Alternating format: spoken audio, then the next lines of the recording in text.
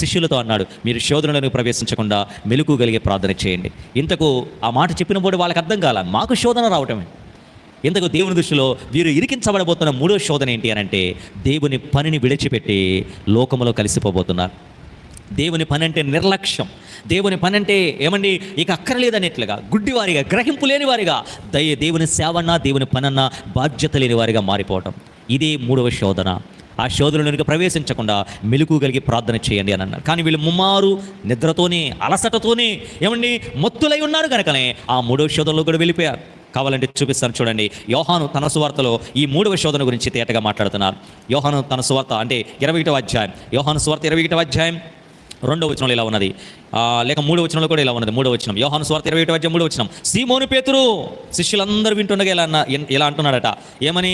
నేను చేపల పట్టబోతునని వారితో అనగా. ఎక్కడికి వెళ్తున్నారు? నేను చేపలు పట్టడానికి.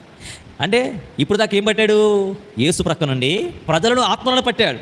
యేసు ప్రక్క నుండి ఆత్మ సంబంధమైన పరిచయం చేశా, యేసుతో నడిచి దేవుని సంబంధమైన తండ్రికి ఇష్టమైన పనులు చేశా. కానీ ఇప్పుడు ఏ శోధనలోకి వెళ్ళిపోతున్నాడు తెలుసా?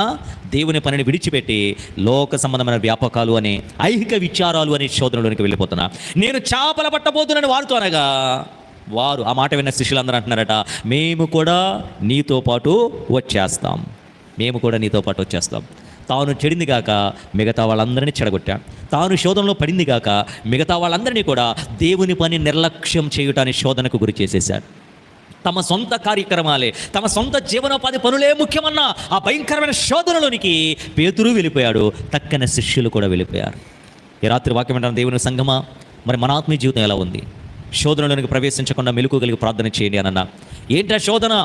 ఇప్పటి వరకు మనం శోధన అంటే ఏదేదో అనుకున్నాం. గాయాలు అవ్వటం, రోగాలు రావటం, అప్పులు, లేకపోతే పెళ్ళిళ్ళు అవ్వటం, ప్రెగ్నెన్సీ రాకపోవటం, ఇల్లు కట్టుకునేది మధ్యలో ఆగిపోవటం, ఇదేదేదో అనుకుంటున్నాం.